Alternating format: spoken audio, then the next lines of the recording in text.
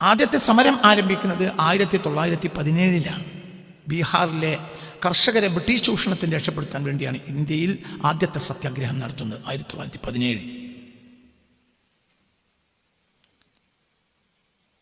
1919 ബ്രിട്ടീഷുകാരുടെ റൗലറ്റ് ആക്ടിനെതിരെ വീണ്ടും അദ്ദേഹം സമരം ചെയ്തു. ആ സമരത്തോടനുബന്ധിച്ച് ബ്രിട്ടീഷുകാർ ജാലിയൻ വാലാബാഗ് കൂട്ടക്കൊല നടത്തി. 1920 1922 കാലഘട്ടത്തിൽ നോൺ കോപ്പറേഷൻ മൂവ്മെൻറ്റ്, അതായത് നിസ്സഹകരണ പ്രസ്ഥാനം ആരംഭിച്ചു ഗാന്ധിജി. എന്താ നിസ്സഹകരണ പ്രസ്ഥാനം? അതായത് സഹകരണ നിരാശ സമരം. അതാണത്, സഹകരണ നിരാശ സമരം. വിദേശ വസ്ത്രങ്ങൾ, വിദേശ ഉൽപ്പന്നങ്ങൾ ബഹിഷ്കരിക്കുക.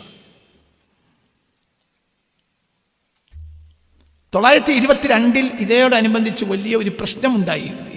ഈ സമരത്തിന് പൊതുജനത്തിന് ലക്കും ലഗാനും നഷ്ടപ്പെട്ട പൊതുജനം സമരം അക്രമാസക്തമായി പൊതുജനത്തിന് കയ്യിൽ നിന്ന്. അങ്ങനെ ഈ സന്ദർഭത്തിൽ ഗാന്ധിജി സമരം പിൻവലിച്ചു. 6 വർഷത്തേക്ക് 1922 ഫെബ്രുവരിയിലുണ്ടായ അക്രമ സംഭവത്തെ തുടർന്ന് ഗാന്ധിജി ജയിലിലായി. 1924 ആരോഗ്യപരമായ കാരണത്താൽ ജയിൽ മോചിതനായി.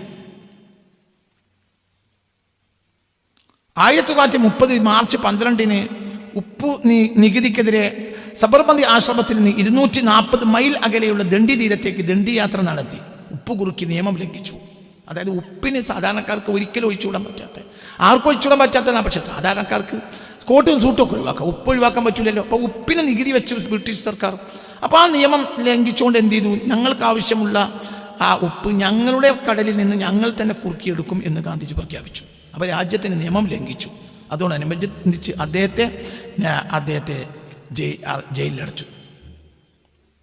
1930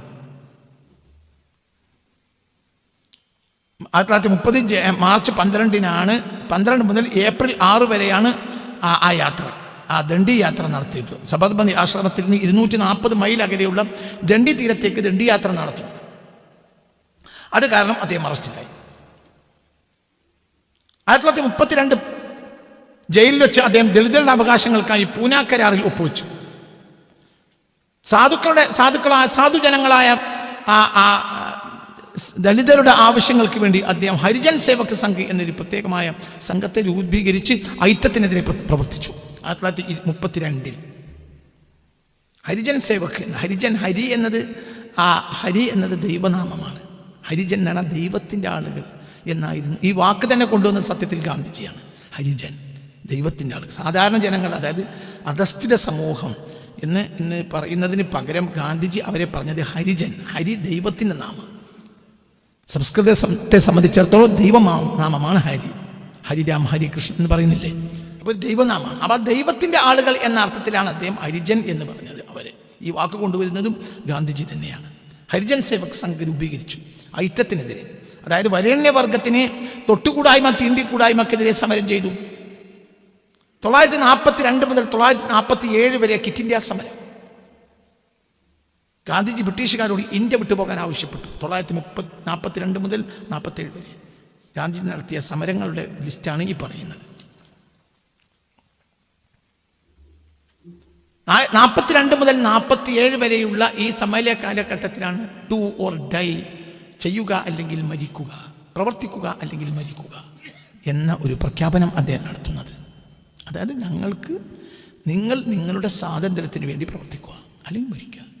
ഞങ്ങൾക്ക് സ്വാതന്ത്ര്യം വേണം അല്ലെങ്കിൽ മരണം, രണ്ടാലൊന്നേ ഞങ്ങൾക്ക് വേണ്ടു എന്ന് ഗാന്ധിജി പ്രഖ്യാപിക്കുന്നു. 1942 1942 ക്വിറ്റ് ഇന്ത്യ സമരത്തോടു കൂടിയാണ്. ക്വിറ്റ് ഇന്ത്യ സമരത്തിൻ്റെ പ്രഖ്യാപനം ഗാന്ധിജി നടത്തുന്നത് 1942 ഓഗസ്റ്റ് 8 ഇതേ സമയത്ത് വീണ്ടും ഗാന്ധിജിയെ തടവിലാക്കി. 1946 രാജ്യത്ത് ഹിന്ദു മുസ്ലിം വർഗീയ ലഹളകൾ പൊട്ടി പുറപ്പെട്ടപ്പോൾ ശാന്തി സ്ഥാപിക്കുന്നതിനാൽ ഗാന്ധിജി നവഖാലിയിലും കൽക്കട്ടയിലും ഉപവാസം അനുഷ്ഠിച്ചു. സത്യാഗ്രഹ സമരങ്ങൾ, ഉപവാസം, ഒരു വെള്ളം തൊടൂല. 1947 ഓഗസ്റ്റ് 15 രാജ്യം സ്വാതന്ത്ര്യം നേടിയപ്പോൾ ഡൽഹിയിലെ ആഘോഷങ്ങളിൽ പങ്കെടുക്കാതെയും കൽക്കത്തയിലേക്ക് പോയി. എന്തുകൊണ്ട്? വിഭജനത്തോടനുബന്ധിച്ച് വലിയ പ്രശ്നങ്ങൾ കൽക്കത്തയിലുണ്ടായി. 2 സംസ്ഥാനങ്ങളിലാണ് വലിയ പ്രശ്നങ്ങൾ ഉണ്ടായത്, ഒന്ന് ബംഗാളിലും ഒന്ന് പഞ്ചാബിലും.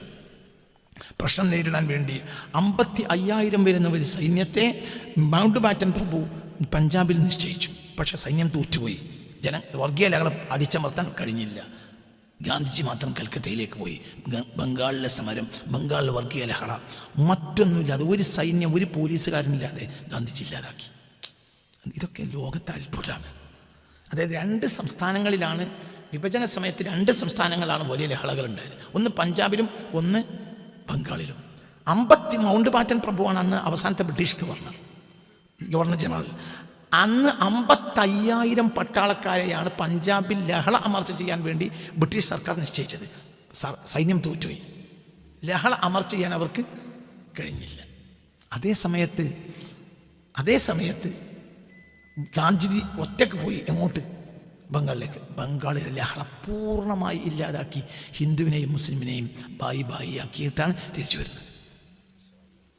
ഒരു ടെൻഷൻ. ഇതൊക്കെ ലോകത്തെ വലിയ അത്ഭുത, ചെറിയ സംഭവമല്ല. അത് പഠിക്കണം. മൗണ്ട് ബാറ്റൻ തോറ്റ് വീണുപോയ സംഭവങ്ങളാണ് അതൊക്കെ. 55,000 പട്ടാളക്കാർക്ക് നടക്കാത്ത, സർക്കാരിൻ്റെ ശമ്പളം പറ്റിയിട്ട് പരിശ്രമിക്കുന്ന 55,000 പട്ടാളത്തിന് നടക്കാത്ത കാര്യം ആർക്ക് നടന്നു?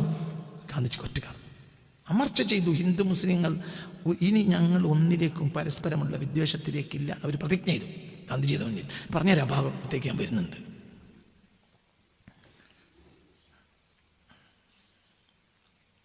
അപ്പോൾ ഇത് വളരെ നമ്മൾ ചിന്തിക്കണം. സമരങ്ങളാണ്. ഈ സമരങ്ങൾ മുഴുവനും വിജയമാണ്. സത്യാഗ്രഹ സമരങ്ങളാണ് ഗാന്ധിജിയുടെ സമരങ്ങൾ. ആയുധ സമരമല്ല. ആയുധമെടുത്തൊരു സമരമേ അല്ല ഗാന്ധിജിയുടെ സമരം. പകരം എന്താണ്? 1921 മലബാർ കലാപം വരുമ്പോൾ മലബാറിലെ ജനങ്ങൾക്ക് സമരം നയിക്കാൻ അറിയൂല എന്ന് ഗാന്ധിജി പറഞ്ഞു. കാരണം അത് അക്രമാസക്തായി. അതുകൊണ്ട് വലിയ അനർത്ഥങ്ങളുണ്ടായി. ശത്രു അവിടെ പ്രകോപിതനായി.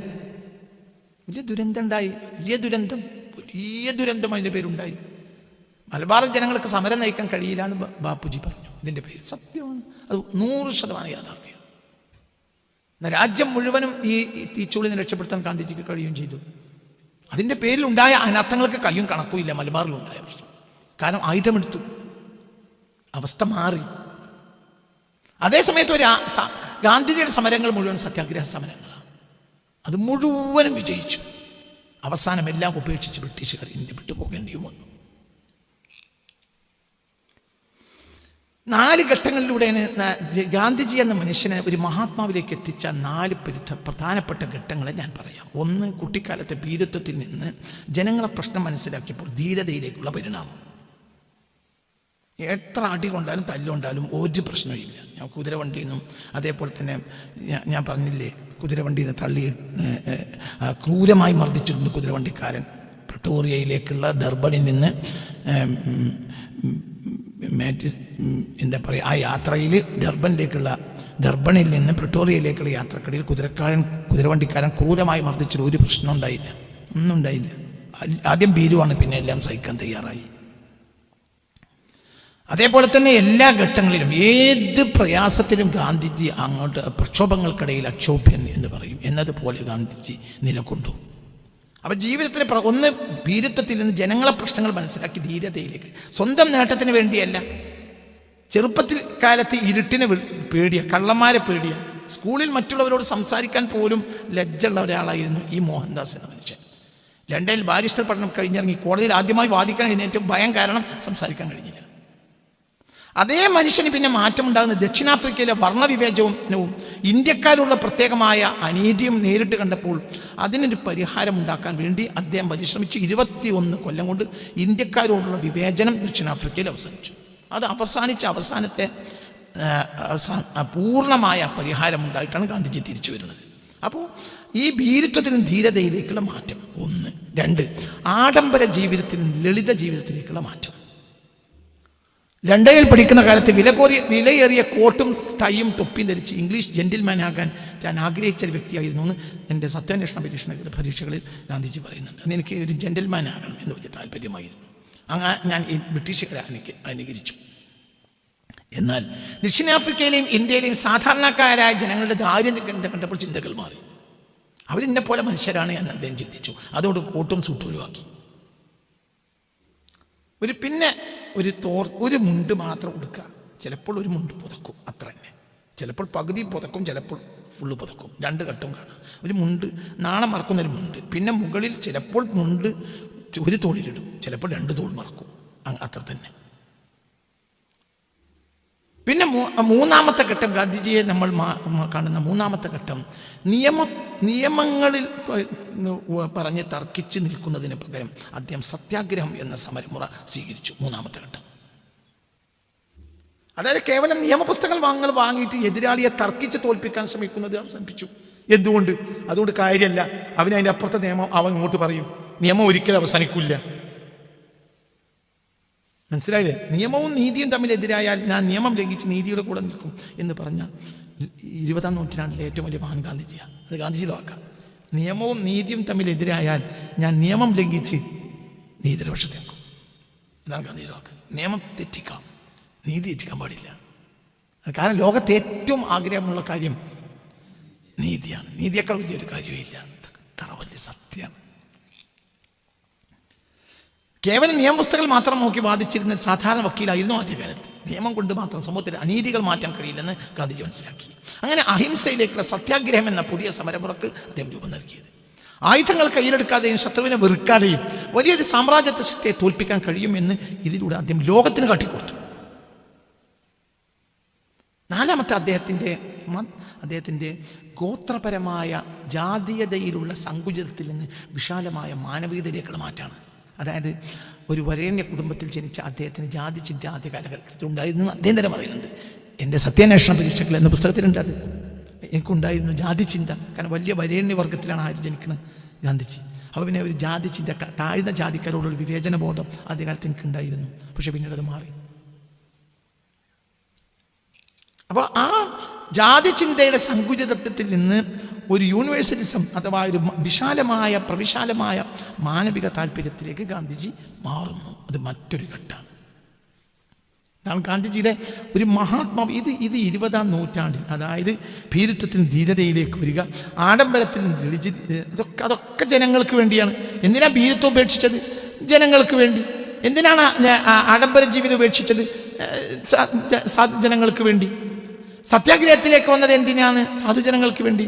ജാതീയതയുടെ സങ്കുചിതത്തിൽ നിന്ന് ഒരു യൂണിവേഴ്സലിസത്തിലേക്ക്, ഒരു വിശാലമായ മാനവീയതയിലേക്ക് വന്നത് എന്തിനാണ്?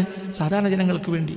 ഇങ്ങനെ ഒരു മഹാത്മാവെന്ന നിലയിൽ ഗാന്ധിജിയുടെ കൃത്യമായൊരു മാറ്റമുള്ള ഘട്ടങ്ങളാണ് ആ പ്രധാനപ്പെട്ട 4 ഘട്ടങ്ങൾ. ഇനി ഗാന്ധിജിയുടെ പ്രധാനപ്പെട്ട ആശയങ്ങൾ, ആ ആശയങ്ങൾക്ക് ഗാന്ധിജിയുടെ ജീവിതം കൊണ്ട് ഉദാഹരണങ്ങൾ ഞാൻ നിങ്ങളെ കേൾപ്പിക്കാം. ഒന്ന് ജീവിതം, ഒന്ന് സത്യം. സത്യം എന്ന് പറഞ്ഞാൽ ഗാന്ധിജി പറഞ്ഞത് കേവലം പറയുന്നതിൽ മാത്രമല്ല സത്യം എന്നാണ്.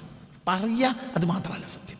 അതായത് ജീവിതത്തിൽ ഒളിച്ചു വെക്കാൻ ഒന്നുമില്ലാത്ത വിധത്തിലേക്ക് ഒരു മനുഷ്യൻ വളരുമ്പോൾ മാത്രമാണ് സത്യം പൂർത്തിയാവുക എന്നതാണ് ഗാന്ധിജിയുടെ വാദം.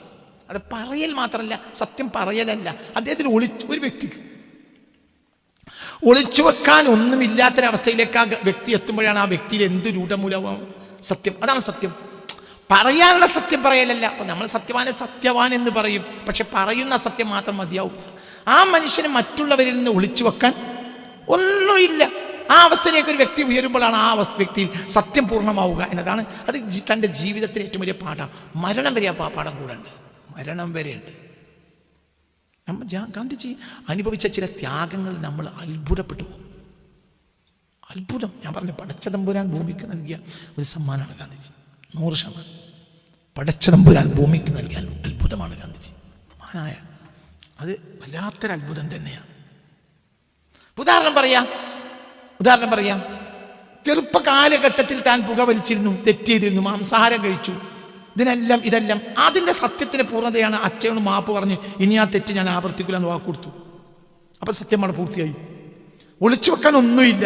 ഞാൻ ഇന്നതെല്ലാം ചെയ്തിട്ടുണ്ട്, ഇനി ചെയ്യൂല. പിന്നെ അതിനോട് നീതി പുറത്തും ചെയ്തു. പിന്നെ ഗാന്ധിജിയുടെ മറ്റൊരു ആശയമാണ് അഹിംസ. അത് ജീവിതത്തിൽ പൂർണ്ണമായി പാലിച്ചു. അഹിംസ അതായത് ശാരീരികമായി ഒരാളെ ഉപദ്രവിക്കാതിരിക്കുക എന്ന് മാത്രമല്ല, മനസ്സ് കൊണ്ട് പോലും ആരോടും വിദ്വേഷവും പകയും ഒന്നും ഉണ്ടാവാതിരിക്കുക. ഒരാളോട് വിദ്വേഷമില്ല, ഒരാളോട് പകയുമില്ല, ഒന്നുമില്ല.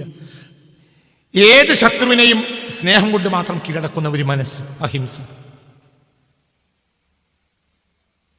ഉദാഹരണം പറയാം.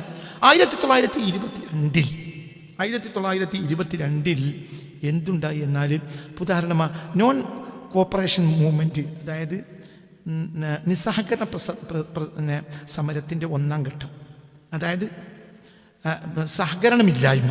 ഇവിടെ 1-ാം ഘട്ടത്തിൽ ബ്രിട്ടീഷുകാർ തോറ്റു പോകുന്നൊരവസ്ഥ വന്നിരുന്നു 1922. പക്ഷെ ഒരു സംഭവം ഉണ്ടായി. ഈ നോൺ കോപ്പറേഷൻ മൂവ്മെൻറ്റ് നടക്കുന്ന 1-ാം ഘട്ടത്തിൽ എന്ത് ചെയ്തെന്നറിയും? ചൗരി ചൗര എന്ന പ്രദേശത്ത് ഒരു വിഭാഗം ലഹളക്കാർ, ഒരു വിഭാഗം ഈ ആളുകൾ എന്ത് ചെയ്തു? പോലീസ് സ്റ്റേഷനിലേക്ക് കയറിയിട്ട് പോലീസ് സ്റ്റേഷനിലേക്ക് ആക്രമിച്ചു വിട്ടു. 22 പോലീസുകാർ തൽക്ഷണം മരിച്ചു. ആ ദിവസം, ആ നിമിഷം ഈ നോൺ കോപ്പറേഷൻ മൂവ്മെൻറ്റ് ഗാന്ധിജി പിൻവലിച്ചു. അതായത് സ്വാതന്ത്ര്യത്തിലെത്തിയത് പിൻവലിച്ചു. എന്തിനാണ് പിൻവലിച്ചത്? ഒരാളെ ദ്രോഹിച്ചിട്ട് എൻ്റെ രാജ്യത്തിന് സ്വാതന്ത്ര്യം വേണ്ട. 1922 സ്വാതന്ത്ര്യം കിട്ടേണ്ടതാണ്, ബ്രിട്ടീഷുകാർ തോറ്റതാണ്. 947 പിന്നെ 25 കൊല്ലം കഴിഞ്ഞ സ്വാതന്ത്ര്യം കിട്ടുന്നത്. അപ്പോൾ 1922 സ്വാതന്ത്ര്യം കിട്ടേണ്ടതാണ് രാജ്യത്തിന്. പക്ഷേ എന്ത് ചെയ്തു? ഗാന്ധിജി അത് സമ്മതിച്ചില്ല. ചൗരി ചൗരയിലാണ് ഈ സംഭവം നടക്കുന്നത്. ചൗരി ചൗരയിൽ എന്തുണ്ടായിരുന്നു? ഉത്തർപ്രദേശിലെ ചൗരി ചൗരയിൽ ഒരു കൂട്ടം സമരക്കാർ പോലീസ് സ്റ്റേഷൻ തീയിട്ടു. പോലീസ് സ്റ്റേഷൻ തീയിട്ടത് ഒരു പോലീസിനെ പുറത്തേക്ക് വരാൻ സമ്മതിച്ചില്ല. 22 പോലീസുകാർ തൽക്ഷണം മരിച്ചു. സമരം അക്രമാസക്തമായത് രാജ്യം മുഴുവൻ സ്വാതന്ത്ര്യത്തിൻ്റെ അരികിലെത്തിയിട്ടും ഗാന്ധിജി ആ സമരം പിൻവലിച്ചു. പിന്നീട് ബ്രിട്ടീഷുകാരോട് സഹകരിച്ചു. എന്തുകൊണ്ട്? 22 പോലീസുകാർ മരിച്ചു. മനുഷ്യൻ്റെ ജീവന് വിലയുണ്ട്. അവർ ബ്രിട്ടീഷുകാരാണെങ്കിലും, അവർ ബ്രിട്ടീഷുകാരുടെ ആശ്രിതരാണെങ്കിലും, അവർ ബ്രിട്ടീഷുകാരുടെ ശമ്പളം പറ്റുന്നവരാണെങ്കിലും അവരും ആരാണ്? മനുഷ്യനെ അവരെ ദ്രോഹിച്ചിട്ട് രാജ്യത്ത് ഒരു 22 പോലീസുകാർക്ക് വേണ്ടി രാജ്യം കൊണ്ട് നടക്കുന്ന മഹത്തായ സമരമുറ അവസാനിപ്പിച്ചു. ഇതൊരു മനുഷ്യനെങ്ങനെ കഴിയാം? ഇതൊരു മനുഷ്യൻ എങ്ങനെ കഴിയാം? അത് കഴിയൂല, അതൊരിക്കലും കഴിയില്ല. ആ സമരമുറ, സ്വാതന്ത്ര്യത്തിലെത്തിയ ആ സമരമുറ അവസാനിപ്പിച്ചു. പിന്നെ രാജ്യത്തിന് സ്വാതന്ത്ര്യം കിട്ടുന്നത് പിന്നെ 25 കൊല്ലം കഴിഞ്ഞിട്ടാണ്.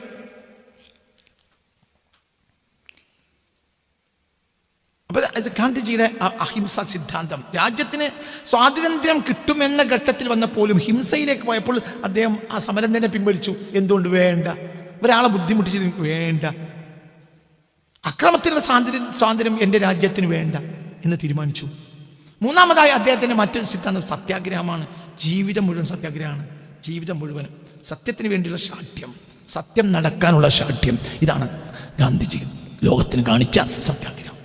എന്തെങ്കിലും തൻ്റെ സ്വപ്നത്തിന് വേണ്ടിയോ. ഇന്നിപ്പോൾ നമ്മൾ സത്യാഗ്രഹം നടത്തുന്നത് പലരും ഇപ്പോൾ സർക്കാർ ജീവനക്കാർ സത്യാഗ്രഹം നടത്തും. ഇതൊക്കെ എന്താണ്? അത് അവരുടെ താല്പര്യങ്ങൾ സംരക്ഷിക്കാൻ വേണ്ടിയുള്ള സത്യാഗ്രഹം. അതല്ല സത്യാഗ്രഹം. സത്യാഗ്രഹം എന്നാൽ സത്യത്തിന് വേണ്ടിയുള്ള ശാഠ്യമാണ്. ഒരു വിഭാഗം തൻ്റെയോ തൻ്റെ ഗോത്രത്തിൻ്റെയോ തൻ്റെ വിഭാഗത്തിൻ്റെയോ താല്പര്യത്തിന് വേണ്ടി കിടക്കുന്നതാണ് ഇന്ന് നമ്മൾ കാണുന്ന സത്യാഗ്രഹം. ഗാന്ധിയുടെ സത്യാഗ്രഹം സത്യം വിളഞ്ഞ് കാണാനുള്ള ശാഠ്യം, അതാണ് സത്യാഗ്രഹം. അതാണ് ആ വാക്കിന് എനിക്ക് കൊടുക്കാൻപ്പെട്ട ഉദ്ദേശ്യം. അനീതിയോട് ഒരിക്കലും തല കുനിക്കൂല, എന്നാൽ അതിനുവേണ്ടി ആയുധം എടുക്കില്ല. അനീതിയോട് തല കുനിക്കൂല, എന്നാൽ അനീതി തുടച്ചു നീക്കാൻ വേണ്ടി ആയുധം എടുക്കില്ല. നിയമം ലംഘിക്കും, പക്ഷെ അത് സമാധാനപരമായിരിക്കും. നിയമം ലംഘിക്കും, നിയമം സ്വീകരിക്കില്ല. കാരണം നിയമം നീതിയുടെ പക്ഷത്തല്ല. നീതി നിയമം എതിരായാൽ ഞാൻ നീതിയെ തിരഞ്ഞെടുക്കും, നിയമത്തെ തിരഞ്ഞെടുക്കൂല. ഇപ്പോൾ 1930 കാലഘട്ടത്തിനാണ് ഉപ്പ് സത്യാഗ്രഹം വരുന്നത്. സാധാരണക്കാരൻ്റെ ഭക്ഷണത്തിന് അവിഭാജ്യം. കോട്ടും സൂട്ടും എന്താ പറയുക, കാറും ബൈക്കും പിന്നെ തീവണ്ടിയും ഒക്കെ യാത്രയൊക്കെ സാധാരണക്കാരന് മാറ്റിവെക്കാം. കറിക്കൂട്ടുകനാനുകൾ മാറ്റിവെക്കാം. എന്ത് മാറ്റിവെക്കാൻ പറ്റില്ല? കഞ്ഞിയിലിടുന്ന ഉപ്പ് മാറ്റിവെക്കാൻ പറ്റില്ല. അപ്പോൾ സാധാരണക്കാരന് ഒരിക്കലും മാറ്റിവെക്കാൻ പറ്റാത്ത സാധനമാണ് എന്ത്? ഉപ്പ്. ഉപ്പിന് ബ്രിട്ടീഷ് സർക്കാർ നികുതി കൊടുക്കണം, അത് പറ്റൂല. അതിനുവേണ്ടി സമരം ചെയ്തു. നിസ്സാരമായ ചില്ലിക്കാശാണ്, പക്ഷെ സമരം ചെയ്തു. അതിനാണ് എന്ത് നിയമം ലംഘിച്ചത്? 1930കളിൽ ഉപ്പിന്മേൽ ബ്രിട്ടീഷുകാർ നികുതി ചുമത്തി. സാധാരണക്കാരന് ഒഴിവാക്കാൻ കഴിയാത്തതാണത്. ഏകദേശം കിലോമീറ്റർ കണക്ക് നോക്കിയാൽ 385 കിലോമീറ്ററാണ് സബർമതിയിൽ നിന്ന് അങ്ങോട്ടുള്ളത്. കടൽ വെള്ളം കുറുക്കി ഉപ്പുണ്ടാക്കി. നിയമത്തെ സമാധാനപരമായി ഗാന്ധിജി ലംഘിച്ചു. ഒരു തുള്ളി രക്തം പോലും ചിന്താതെ ലക്ഷക്കണക്കിന് ആളുകളെ ബ്രിട്ടീഷ് സാമ്രാജ്യത്തിന് അണിനിരത്താൻ ഇതിലൂടെ ഗാന്ധിജിക്ക് കഴിഞ്ഞു. പിന്നെ ഗാന്ധിജിയുടെ മറ്റൊരു സത്യാഗ്രഹത്തിൻ്റെ ആദ്യ ആശയങ്ങൾ, ഗാന്ധിജിയുടെ ആശയങ്ങൾ, ഒന്ന് സത്യം, ഒന്ന് അഹിംസ, ഒന്ന് സത്യാഗ്രഹം, മറ്റൊന്ന് സ്വദേശിവൽക്കരണമാണ്. അതായത് ഒരു വിദേശ വസ്തുവിനെയും ഒരു ഇന്ത്യക്കാരൻ ആശ്രയിക്കാൻ പാടില്ല എന്ന്. സ്വന്തം രാജ്യത്ത് ഉൽപ്പാദിപ്പിക്കുന്ന സാധാരണ സാധനങ്ങൾക്ക് മുൻഗണന നൽകുക, പരമ്പരാഗത വ്യവസായങ്ങളെ സംരക്ഷിക്കുക, വിദേശ ഉൽപ്പന്നങ്ങളെ ആശ്രയിക്കുന്നത് വഴി രാജ്യം സാമ്പത്തികമായി അടിമപ്പെടുന്നു എന്ന് ഗാന്ധിജി മനസ്സിലാക്കി. ഇപ്പൊ ചർക്കയും ഖാദിയും, ഗാന്ധിജി ദിവസവും ചർക്കയിൽ നൂൽ നൂൽക്കും. അദ്ദേഹം നൂൽ നൂറ്റുണ്ടാക്കിയ വസ്ത്രമാണ് അദ്ദേഹം ധരിക്കുക. അതായത് നൂൽ നൂറ്റെടുത്ത് വാങ്ങല്ല. അപ്പം രാജ്യത്തിൻ്റെ ഏറ്റവും ഉന്നതനായ നേതാവ് എന്താ ചെയ്യണത്? പുറത്തുനിന്ന് വസ്ത്രം വാങ്ങേണ്ട ആവശ്യമില്ല. തനിക്ക് വേണ്ട വസ്ത്രം താൻ തന്നെ ചർക്കയിൽ നൂൽ നൂറ്റുണ്ടാക്കും, താൻ തന്നെ തൻ്റെ വസ്ത്രം ഉണ്ടാക്കും. അപ്പം സ്വാശ്രയത്വം വന്നു, അന്വേഷണം വേണ്ട. ബ്രിട്ടീഷുകാർ എവിടുന്ന നൂല് വാങ്ങുന്നത്, പരുത്തി വാങ്ങുന്നത് എവിടുന്ന? ഇന്ത്യന്ന്. സാധുക്കളായ കർഷകരെ ചൂഷണം ചെയ്തിട്ട് വാങ്ങും. മനസ്സിലായില്ല? ഈ പരുത്തി ഉണ്ടാക്കുന്ന കർഷകർ ആത്മഹത്യയാണ്. എന്നിട്ട് അവരെ ചൂഷണം ചെയ്തിട്ട് അവരെ കയ്യിൽ നിന്ന് നിസ്സാരമായ വിലക്ക്, നിസ്സാര വില അവരെ കയ്യിൽ നിന്ന് പരുത്തി കടത്തിക്കൊണ്ടുപോകും. ആര്? ബ്രിട്ടീഷുകാർ. എന്നിട്ട് അവരത് നൂലാക്കിയിട്ട് പരുത്തിയാക്കും. എന്നിട്ട് അത് ഇന്ത്യയെ തന്നെ കൊണ്ടുവന്ന് വിൽക്കും. അപ്പോൾ ഇന്ത്യക്കാരുടെ ഉൽപ്പന്നം ഇന്ത്യക്കാർ വലിയ വിലക്ക് വാങ്ങും. എന്നിട്ടും നാണം മറക്കാനില്ലാത്ത അവസ്ഥ ഇന്ത്യക്കാർക്ക് വന്നു. കാരണം വസ്ത്രത്തിന് വലിയ വിലയാണ്. ആ വസ്ത്രം ആരാ കൊണ്ടുവരുന്നത്? ബ്രിട്ടീഷുകാർ. ബ്രിട്ടനിൽ നെയ്തെടുത്തതാണ്. മനസ്സിലായില്ല? ഈ ഖാദി ഒക്കെ വരാനുള്ള കാരണത്തെ നിങ്ങൾ ചിന്തിക്കണം. നിങ്ങളത് ഇപ്പം നമുക്കത് മനസ്സിലാവുന്നില്ല.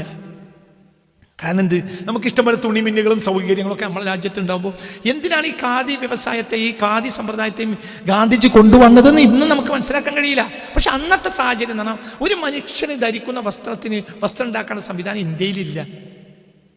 പരുത്തി ഇന്ത്യയിൽ നിന്ന് വാങ്ങിയിട്ട് എന്ത് ചെയ്യും? ബ്രിട്ടനിൽ കൊണ്ടുപോകും. എന്നിട്ട് അത് അവർ വസ്ത്രമാക്കും. എന്നിട്ട് ഇവിടെ കൊണ്ടു നിൽക്കും. വലിയ വില കൊടുക്കണം. അപ്പോൾ മനുഷ്യന് വസ്ത്രം വാങ്ങാൻ കഴിയില്ല. അപ്പോൾ ഗാന്ധിജി എന്ത് ചെയ്തു? ഗ്രാമാന്തരങ്ങളിൽ ചർക്ക ഉണ്ടാക്കാൻ വേണ്ടി പറഞ്ഞു. എന്നിട്ട് നൂൽ നൂൽക്കാൻ വേണ്ടി പറഞ്ഞു. ഒരു ഗ്രാമത്തിലേക്ക് വേണ്ട വസ്ത്രത്തെ ആ ഗ്രാമത്തിലുണ്ടാവും. അപ്പോൾ എന്താ, ആകെ ആളുകൾക്ക് അന്ന് കൃഷിയാണുള്ളത്. അപ്പോൾ കൃഷിക്കപ്പുറം വ്യവസായം ഉണ്ടായി. ഓരോ ഗ്രാമത്തിനും വ്യവസായം. ആ ഗ്രാമത്തിലെ ജനങ്ങൾക്ക് തൊഴിൽ. മനസ്സിലാണോ? സ്വദേശിവൽക്കരണം, വിദേശ സാധനങ്ങൾ വാങ്ങരുത് എന്ന് എൻ്റെ സാധാരണ നവലോകക്രമം എന്ന പുസ്തകത്തിൽ ഒരുപാട് സ്ഥലത്ത് ഈ ഏരിയ 15-ാം പേജിലുണ്ട്. ഇതിൻ്റെ 17 പേജുകളിൽ അതെ. ബ്രിട്ടീഷുകാർ നമ്മുടെ നാടിനെ പരമാധികാരം നൂറ്റാണ്ടുകൾ കൈവശം വെക്കുകയും അവരുടെ ഉൽപ്പന്നങ്ങളെ നമുക്ക് മേൽ അടിച്ചേൽപ്പിക്കുകയും ലാഭം മുഴുവൻ അധിനിവേശങ്ങളുടെ കൈകളിൽ ഏൽപ്പിക്കുകയും ചെയ്തു. ബ്രിട്ടനിലെ കോർപ്പറേറ്റ് കമ്പനികൾ നമ്മുടെ വിപണികൾ കീഴടക്കുകയും നമ്മുടെ ജനങ്ങളുടെ അധ്വാന സമ്പത്ത് യൂറോപ്പിലേക്ക് കടത്തിക്കൊണ്ടുപോയും പിന്നെ അത് തന്നെ വസ്ത്രമാക്കി നമ്മളിലേക്ക് തിരിച്ചേൽപ്പിച്ചപ്പോൾ ബ്രിട്ടീഷുകാരുടെ വസ്ത്രങ്ങളെ തീയിലിട്ട് കരിക്കാൻ വേണ്ടി തീരുമാനിച്ചു. ഇതാണ്, വിദേശ വസ്ത്രങ്ങൾ വേണ്ട. അപ്പം എന്ത് ചെയ്തു? ഓരോ മനുഷ്യന്മാരും അവർ വാങ്ങിച്ച വിദേശ വസ്ത്രങ്ങൾ കരിക്കുന്ന ഫോട്ടോയുണ്ട് ഇതിൻ്റെ 18-ാം പേജ്. ഈ പുസ്തകം സാത്താന്യ നവലോകക്രമം എന്ന ഈ പുസ്തകം നിർബന്ധമായും വായിച്ചിരിക്കേണ്ട ഒരു പുസ്തകമാണ്. നിർബന്ധമായി വായിക്കണം.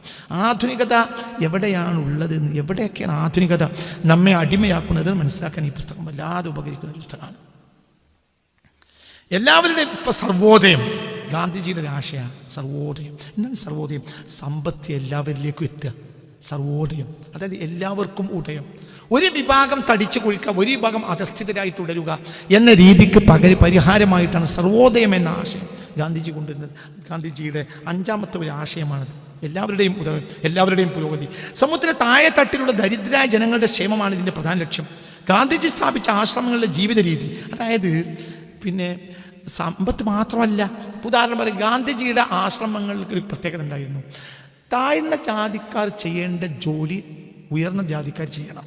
ഉയർന്ന ജാതിക്കാർ ചെയ്യുന്ന ജോലി താഴ്ന്ന ജാതിക്കാർ ചെയ്യും. ഇപ്പം കക്കൂസ് വൃത്തിയാക്കുന്ന ആശ്രമങ്ങളിലേക്കാം ഉയർന്ന ജാതിക്കാരനാണ് ഗാന്ധിജി. ഗാന്ധിജി തന്നെയാണ് കക്കൂസ് വൃത്തിയാക്കുക. അപ്പം പിന്നെ ബാക്കിയുള്ളവർ വൃത്തിയാക്കും. സത്യത്തിൽ നമ്മുടെ പരമ്പരാഗതമായി നൂറ്റാണ്ടുകളായും നമ്മുടെ ഭാരതീയരുടെ അവസ്ഥ എന്തായിരുന്നു? കക്കൂസ് വൃത്തിയാക്കൽ പോലെയുള്ള താഴ്ന്ന ജോലികൾ ആര് ചെയ്യൂല? വരേണ്യവർഗം ചെയ്യൂല, അതൊക്കെ താഴ്ന്ന ജാതിക്കാർ ചെയ്തിരിക്കണം. ഗാന്ധിയുടെ ആശ്രമങ്ങളിൽ നേരെ എതിരാണ്. ഗാന്ധിജിയുടെ ആശ്രമങ്ങളിൽ താഴ്ന്ന ജാതിക്കാർ ചെയ്യുന്ന ജോലി ഉയർന്ന ജാതിക്കാർ ചെയ്തിരിക്കണം, അല്ലെങ്കിൽ ആശ്രമത്തിന് പുറത്താവും. എന്നാൽ ഉയർന്ന ജാതിക്കാർ ചെയ്യുന്ന ജോലി ആര് ചെയ്യും? താഴ്നാധികാർ ചെയ്യും. വലിയ വലിയ വൈറ്റ് കോളറൻ ജോലികൾ താഴ്നാധികാർ ഏൽപ്പിച്ചു.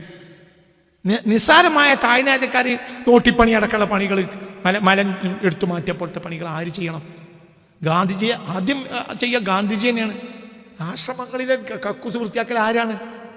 നിങ്ങൾ ആലോചിക്കും, രാഷ്ട്രത്തിൻ്റെ രാഷ്ട്രം ഇങ്ങനെ ഒരാളാരാ ലോകത്ത്? ഒരാളെ പേര് നിങ്ങൾ പറയും, ഇങ്ങനെ ഒരാളെ പേര് പറയും.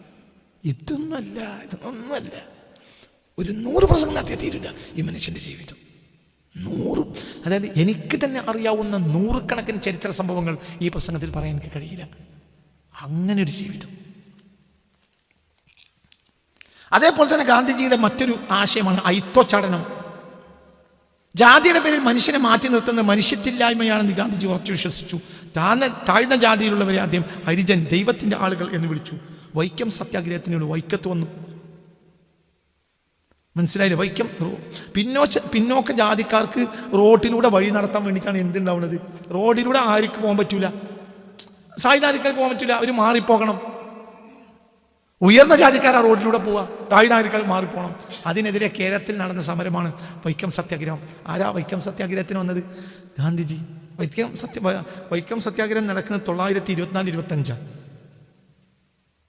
വൈക്കം ക്ഷേത്രത്തിന് ചുറ്റുമുള്ള റോഡുകളിലൂടെ പിന്നോക്ക ജാതിക്കാർക്ക് നടക്കാനുള്ള അവകാശത്തിന് വേണ്ടി നടന്ന സമരത്തിന് ഗാന്ധിജി പൂർണ്ണ പിന്തുണ നൽകിയെന്ന് മാത്രമല്ല, അദ്ദേഹം നേരിട്ട് വൈക്കത്ത് വന്നു. വൈക്കം സത്യാഗ്രഹ കാലത്താണ് മഹാകവി വള്ളത്തോൾ ശിഷ്യത്വം സ്വീകരിക്കുന്നത്.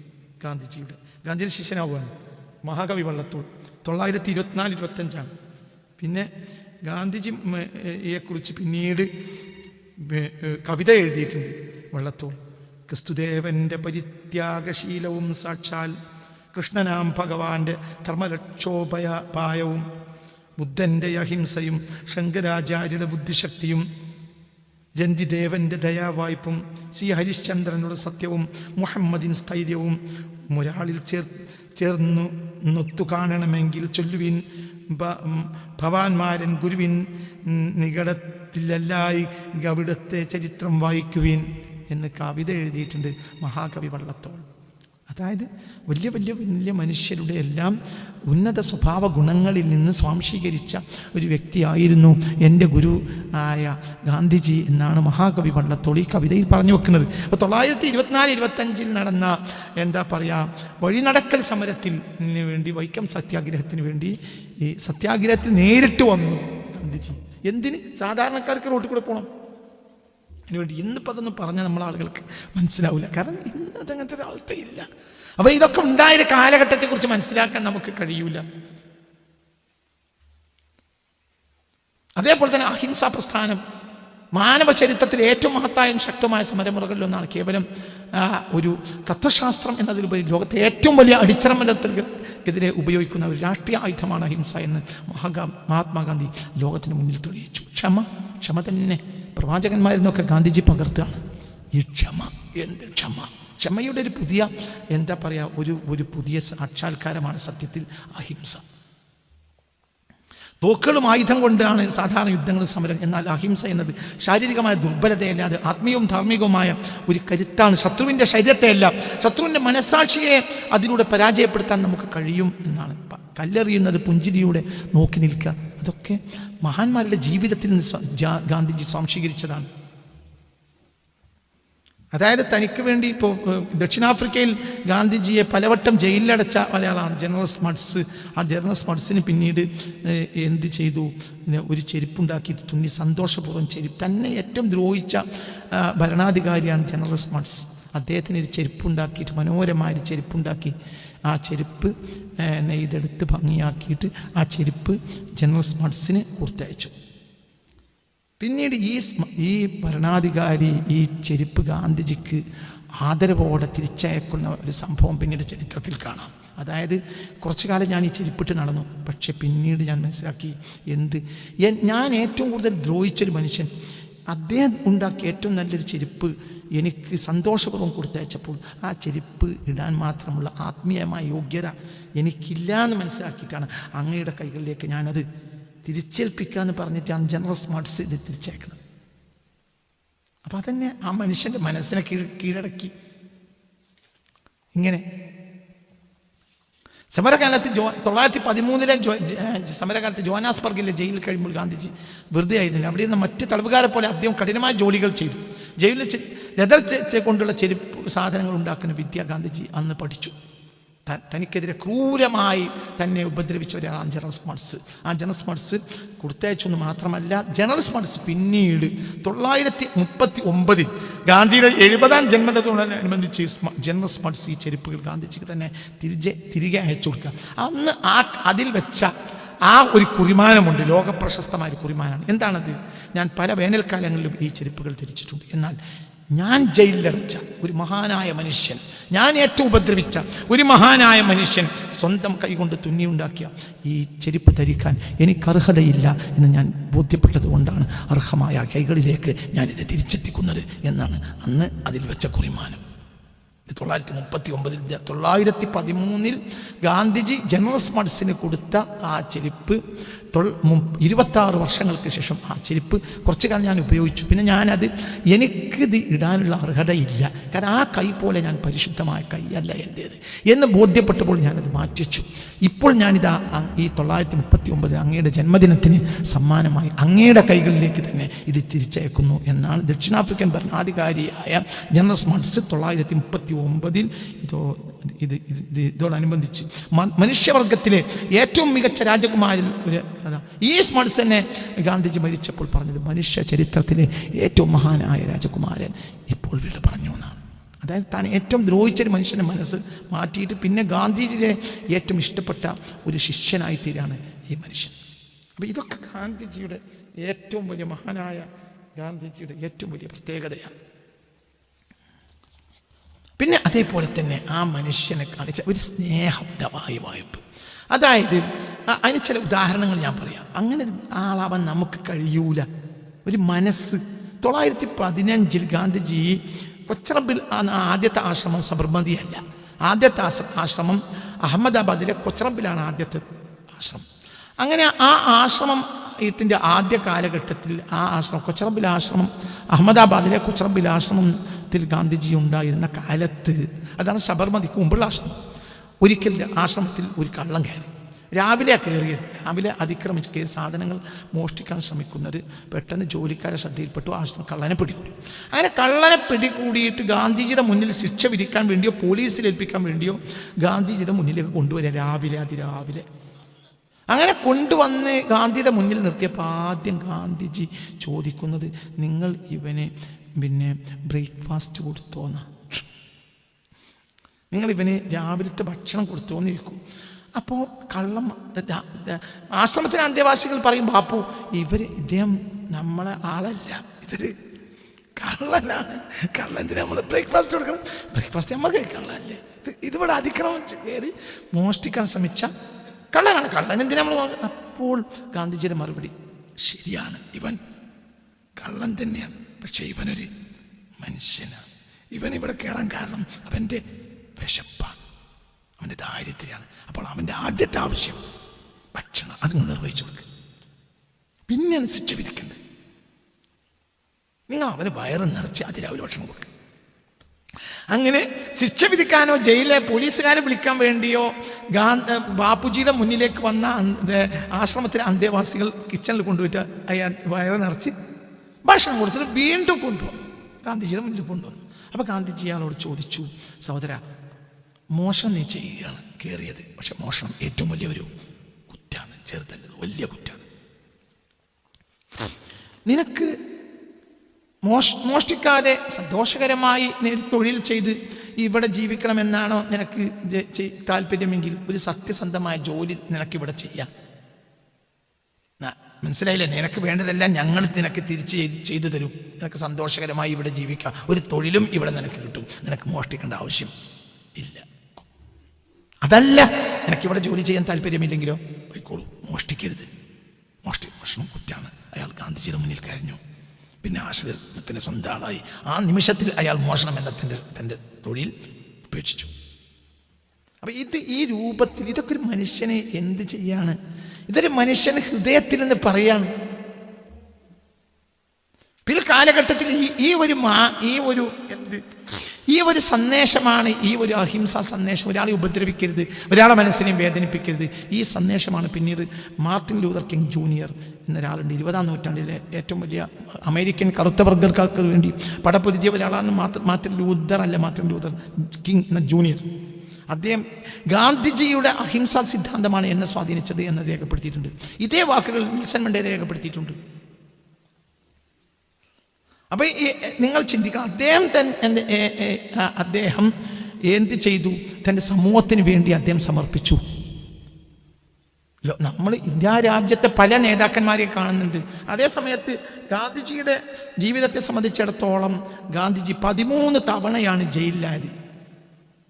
13 തവണ ജയിലിൽ. മൊത്തം 2338 ദിവസങ്ങൾ ജയിലില്ല. 2330 കണക്കൂട്ടി നോക്കിയാൽ 6 വർഷത്തിലധികം, പല ഘട്ടങ്ങളിലായി 6 വർഷത്തിലധികം 2338 ദിവസങ്ങൾ ജയിലില്ല. ദക്ഷിണാഫ്രിക്കയിൽ 4 തവണ ജയിലില്ല. ഇന്ത്യയിൽ 9 തവണ ജയിലില്ല. ജയിലിൽ കയറുന്ന വർഷങ്ങൾ 1919 ഏപ്രിൽ 10 ഇന്ത്യയിൽ ജയിലിലായ സമയങ്ങളാണ് പറഞ്ഞത്. 1919 ഏപ്രിൽ 10 റൗലറ്റ് ആക്ടിനെതിരെ സമരം ചെയ്തു എന്ന കാരണം അമൃത്സറിലേക്ക് പോകുന്ന വഴി പൻവേലിൽ വെച്ച് അദ്ദേഹത്തെ അറസ്റ്റ് ചെയ്യപ്പെട്ടു. 1922 മാർച്ച് 10 യങ് ഇന്ത്യ പത്രത്തിൽ ബ്രിട്ടീഷ് ഭരണത്തിനെതിരെ 3 ലേഖനങ്ങൾ എഴുതിയതിന് രാജ്യദ്രോഹം കുറ്റം ചുമത്തി ബാപ്പുജി അറസ്റ്റ് ചെയ്തു. യരവാദ ജയിലിൽ താമസിപ്പിച്ചു. തടവിന് ശേഷം ശിക്ഷിച്ചെങ്കിലും 6 വർഷത്തെ തടവിന് അന്ന് ശിക്ഷിച്ചു. പക്ഷേ അപ്പൻഡിസൈറ്റിസ് ഓപ്പറേഷനെ തുടർന്ന് 1924 ഫെബ്രുവരി 25 വിട്ടയച്ചു. 1930 മെയ് 5 വീണ്ടും അറസ്റ്റ് ചെയ്തു. ഉപ്പു സത്യാഗ്രഹത്തിന് ദണ്ഡി കടപ്പുറത്തേക്ക് പോയി നിയമം ലംഘിച്ചു. രാജ്യത്തിൻ്റെ നിയമം, ഉപ്പിന് നികുതി കൊടുക്കണമെന്ന നിയമം ലംഘിച്ചു. സ്വയം ഉപ്പുണ്ടാക്കാൻ ശ്രമിച്ചു എന്ന കുറ്റം ചുമത്തി വീണ്ടും ബ്രിട്ടീഷ് സർക്കാർ ദന്ദിക്കുള്ള അടുത്തുള്ള കരാടിയിൽ വെച്ച് അദ്ദേഹത്തെ അറസ്റ്റ് ചെയ്തു. 1930 മെയ് 5. 1931 ജനുവരി 26 മോചിപ്പിച്ചു. 32 ജനുവരി 4 വീണ്ടും അറസ്റ്റ് ചെയ്തു. ലണ്ടനിലെ 2ാം വട്ടമേശ സമ്മേളനത്തിന് ശേഷം സിവിൽ നിയമ പ്രസ്ഥാനം എന്ന് പുനരാരംഭിച്ചതിന് ബോംബെയിൽ വെച്ച് വീണ്ടും ബ്രിട്ടീഷ് സർക്കാർ അദ്ദേഹത്തെ അറസ്റ്റ് ചെയ്തു. 1933 ജയിലിൽ നിരാഹാര സത്യാഗ്രഹം സമരം നടത്തിയെന്ന സന്ദർഭത്തിൽ 1933 മെയ് 8 മോചിപ്പിച്ചു. 1933 ഓഗസ്റ്റ് 1 പിന്നെയും വ്യക്തിഗത സത്യാഗ്രഹത്തിന്റെ ഭാഗമായി റാസ് ഗ്രാമത്തിലേക്ക് മാർച്ച് നടത്താൻ ശ്രമിച്ചതിന് അറസ്റ്റ് ചെയ്തു. ഓഗസ്റ്റ് 4 വിട്ടയച്ചു. യരവാദ അതിർത്തി വിടണമെന്ന ഉത്തരവ് ലംഘിച്ചതിന് കാരണത്താൽ അന്ന് തന്നെ വീണ്ടും, അതായത് മാർച്ച് 1933 ഓഗസ്റ്റ് 4 വിട്ടയച്ചിട്ട് അന്ന് തന്നെ വീണ്ടും അറസ്റ്റ് ചെയ്തു. നിങ്ങളുടെ ഓഗസ്റ്റ് 23 വിട്ടയച്ചു. 42 ഓഗസ്റ്റ് 9 വീണ്ടും അറസ്റ്റ് ചെയ്തു. ക്വിറ്റ് ഇന്ത്യ പ്രസ്ഥാനത്തിന് അദ്ദേഹം നേതൃത്വം നൽകി എന്ന കാരണത്താൽ ഇന്ത്യ വിടുക, ബ്രിട്ടീഷുകാർ ഇന്ത്യ വിടുക എന്ന ആ സന്ദേശം ജനങ്ങളെ പ്രേരിപ്പിച്ചു എന്ന കാരണത്താൽ 1942 ഓഗസ്റ്റ് 9 പുലർച്ചെ അദ്ദേഹത്തിന് ആശ്രമത്തിൽ വന്നു അറസ്റ്റ് ചെയ്തു. ഡിഫൻസ് ഓഫ് ഇന്ത്യ നിയമപ്രകാരം അറസ്റ്റ് ചെയ്തു. അന്ന് പൂനെയിലെ ആഗാ ഖാൻ പാലസ് ജയിലിലാണ് അദ്ദേഹത്തെ ഇട്ടത്. 2 വർഷത്തോളം തടവിനൊടുവിൽ 1944 മെയ് 6 അദ്ദേഹത്തെ ജയിൽ മോചിപ്പിച്ചു. ഇതാണ് അദ്ദേഹത്തിന് 9 തവണ ഇന്ത്യയിലും 4 തവണ ദക്ഷിണാഫ്രിക്കയിലുമായി 13 തവണയാണ് ഗാന്ധിജി ജയിലിൽ അടക്കപ്പെട്ടിട്ടുള്ളത്. ഇതൊക്കെ ജനങ്ങൾക്ക് വേണ്ടിയാണ്, സ്വന്തം താല്പര്യത്തിന് വേണ്ടിയല്ല.